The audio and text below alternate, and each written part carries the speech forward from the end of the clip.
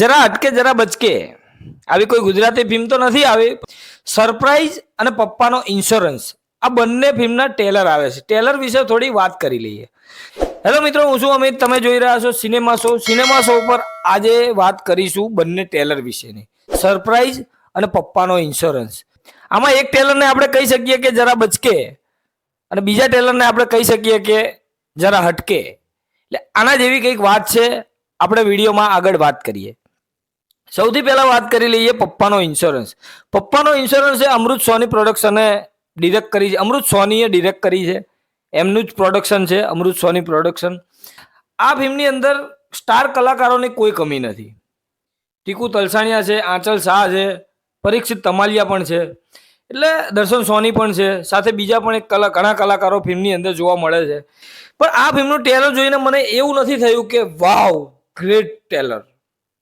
બસ આવી ફિલિંગ નથી આવી. ઠીક લાગ્યું, ઓકે લાગ્યું. ખાસ કંઈ આપણે કહેવા માટે આ ટેલર વિશે છે નહીં. આ રીતની સ્ટોરીઓ આપણે ઘણા બધા ફિલ્મોમાં જોઈ છે. પપ્પા અને દીકરાની વાર્તા છે, કોમેડી છે, સાથે દોસ્તોની પણ કોમેડી ફિલ્મની અંદર મતલબ ટેલરની અંદર અત્યારે બતાવવામાં આવી છે. ફિલ્મની અંદર આ લોકો કેટલું હવે પ્રભાવિત કરે છે એ આપણે જોવાનું છે.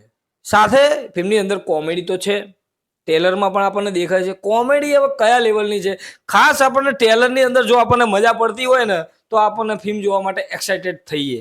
પણ ટેલરની અંદર એટલી કંઈ કોમેડી આપણને જોવા નથી મળતી કે આપણે એટલા એક્સાઇટેડ થઈને ફિલ્મ જોવા જતા રહીએ. સાથે ફિલ્મની અંદર ઇમોશન પણ દેખાડવામાં આવ્યું છે. ટેલરમાં આપણને ઇમોશન પણ દેખાય છે. ઇમોશન પણ કંઈ ખાસ એટલા પ્રભાવિત કરતા નથી. જોઈએ હવે ફિલ્મની અંદર કંઈક પ્રભાવિત કરે એવું નીકળે તો આપણને જોઈને મજા આવે. એટલે આપણે આ ફિલ્મને આપણે કહેવું જોઈએ કે જરા બચકે. 23 મે સિનેમાઘરમાં રિલીઝ થઈ રહી છે. એટલે ખાસ કોઈ ગુજરાતી ફિલ્મ બીજી છે નહીં, એટલે એનો કદાચ ફાયદો આ ફિલ્મને મળી શકે ને સારી સ્કીન મળી શકે અને ફિલ્મ લોકોને ગમે, ફિલ્મ સારી નીકળે, સારી હોય તો ફિલ્મના રિવ્યૂ સારા આવ્યા તો ફિલ્મ ઓફકોર્સ લોકોને પસંદ આવવાની છે. વાત કરીએ સરપ્રાઈઝના ટેલરની. સરપ્રાઈઝના ટેલરને જોઈને મારે એટલું જ કહેવું છે કે જરા હટકે. કેમ કે ભાઈ હટકે તો છે.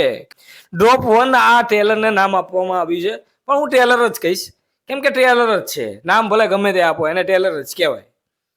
ટેલર જોઈને મને એવું નથી લાગતું કે આ કોઈ ગુજરાતી ફિલ્મ જોઉં છું.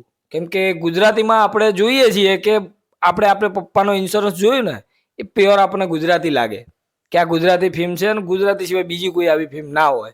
પણ આ સરપ્રાઈઝ ફિલ્મના ટેલર જોઈને મને સરપ્રાઈઝ કર્યો છે. કેમ કે સરપ્રાઈઝની જ્યારે જાહેરાત થઈ ને ત્યારે મેં એ ફિલ્મની અંદર એક જ વસ્તુ નોટિસ કરી હતી, સચિન બ્રહ્મભટ્ટ. કેમ કે કોઈ રોડ ટ્રીપ પર આધારિત જો આ વ્યક્તિ ફિલ્મ બનાવશે તો એ આપણને 100% ઇમ્પ્રેસ કરશે. કેમ કે એની રોડ ટ્રીપ કંઈ સાધારણ રોડ ટ્રીપ તો નથી જ હોતી. કેમ કે આપણે લોચા લાપસી પણ જોઈ છે કે આમાં કંઈ સરપ્રાઈઝની અંદર તો કંઈક સરપ્રાઈઝ નીકળશે. કેમ કે એમની ફિલ્મના નામ પણ તમે જુઓ, લોચા લાપસી, સરપ્રાઈઝ. એટલે સરપ્રાઈઝ કોણ કરે છે, કેવી રીતે કરે છે, ક્યાં કરે છે, બધું જ આપણને આ ફિલ્મની અંદર જોવા મળવાનું છે. સાથે ફિલ્મની સ્ટારકાસ્ટ બહુ જબરજસ્ત છે. વત્સલ શેઠ, હેલી શાહ, જાનવી ચૌહાણ જેવા કલાકારો આ ફિલ્મની અંદર જોવા મળવાના છે. આ ટેલર આપણને ઇમ્પ્રેસ કર્યું છે, મને તો 100% કર્યું છે. અને એકદમ ઘૂસબમ જેવું વાઇબ પણ આવી છે કે ડાયમંડ ને કાર ને પૈસા લઈને લોકો ફરાર થઈ ગયા છે.